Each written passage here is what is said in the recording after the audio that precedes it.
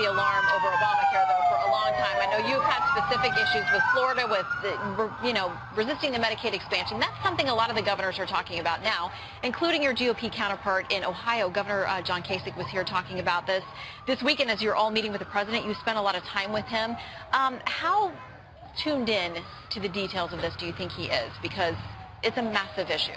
Well, think about this. I'm a kid that grew up in public housing, got to have lunch with the president, spent 2 hours talking about an issue I've focused on healthcare for most of my career, and then had dinner with him. So we spent 2 hours. We're talking. He asked a lot of questions. He really cares. He wants to get into the details.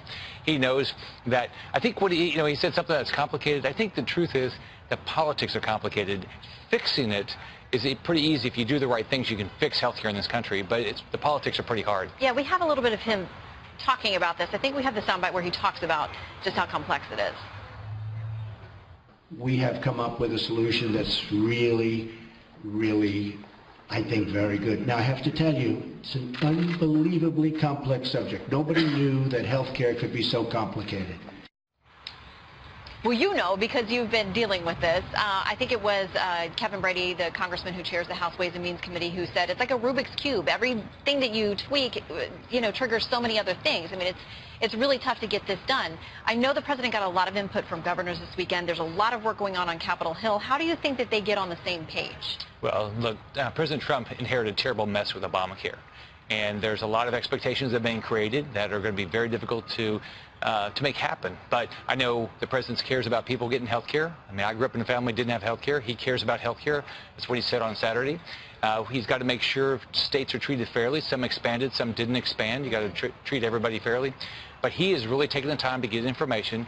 Tom Price is a great HHS secretary, so I think together they're going to come up with a great plan. I'm excited.